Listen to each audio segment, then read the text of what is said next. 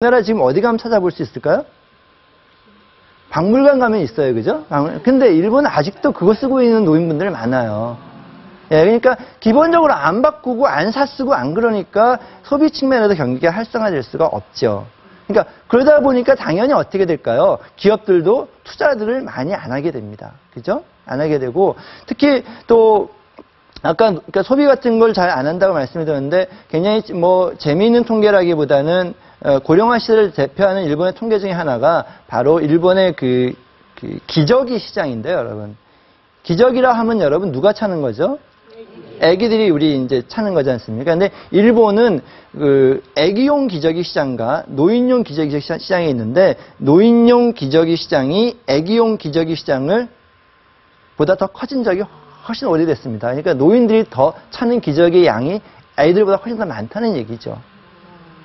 그러니까 이런 측면에서 그리고 또 우리 현대 경제에서 굉장히 한 나라 경제가 성장할 때 굉장히 중요한 거는 뭐냐면 먹고 쓰고 뭐 이런 것도 중요하지만 그 나라 경제의 혁신 능력이 있어야 됩니다. 그러니까 있는 기술을 그대로 받아들이는 것이 아니라 새로운 기술을 만들고 새로운 기술을 창조하고 이래야 되는데 사실은 새로운 기술이나 혁신적인 아이디어 이런 것들은 주로 이제 상대적으로 젊은 계층에서 많이 나오지, 여러분 막 노인분들이 물론 예외도 있겠지만 막 혁신적인 아이디어를 만들어내갖고 막 하고 이런 것도 상상하기 좀 어렵잖아요. 그죠?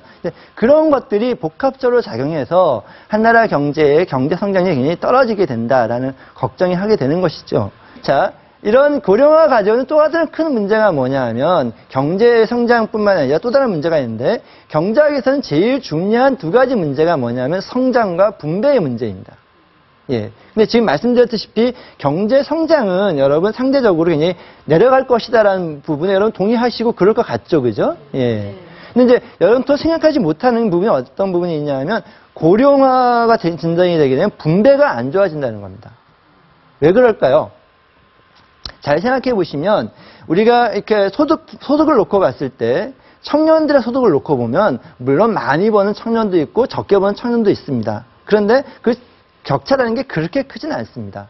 근데 노인분들을 보면은요, 노인분들 중에는 소위 말하는 골드 시니어라고 해서 막 돈 굉장히 많으신 노인분들이 있지 않습니까? 이런 노인분들로부터 정말 그 가난한 생활을 하는 노인분들까지 그 격차가 점점 확대됩니다. 왜냐하면 노인분들은 기본적으로 정기적인 소득이 없기 때문이죠. 그죠? 예.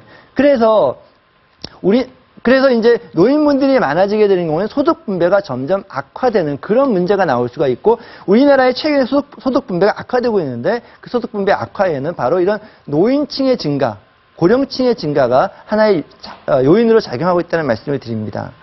근데 우리나라 그 분배 문제는 고령층 분배 문제는 분배 문제뿐만 아니라 특히 우리나라 노인들의 경우는 저소득층 문제가 굉장히 심각한데요. OECD 통계를 놓고 보면 우리나라 그 전체 65세 이상 노인 인구 중에서 46.1% 그러니까 46% 정도가 바로 빈곤 인구랍니다.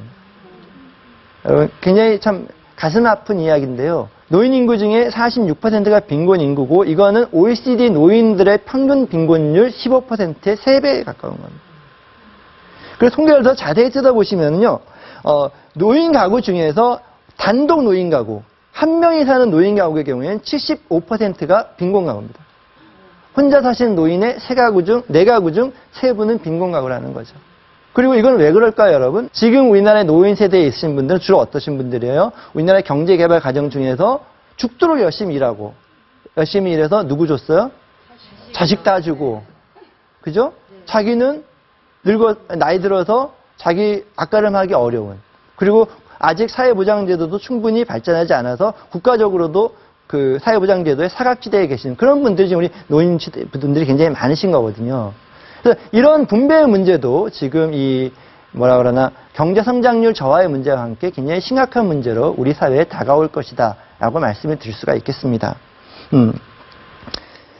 그런데 이렇게 노인분들이 많아지게 되면 또 어떻게 될 것이냐면 상대적으로 세금을 내는 분들은 적어지고 그다음에 경제 성장률도 떨어지고 그 대신에 이제 복지 혜택 이런 건 드려야 될 부분이 많아지니까 굉장히 좀 안 좋은 그래프를 여러분께 보여드려서 죄송하게 생각하는데 이 그래프는 뭐냐면 장기적인 우리나라의 재정 수지 전망입니다. 그래서 여기 파란색이 여러분 재정 수지인데요. 저거는 뭐냐 하면 저 위에 이렇게 올라가 있는 건 흑자란 얘기입니다. 그러니까 당분간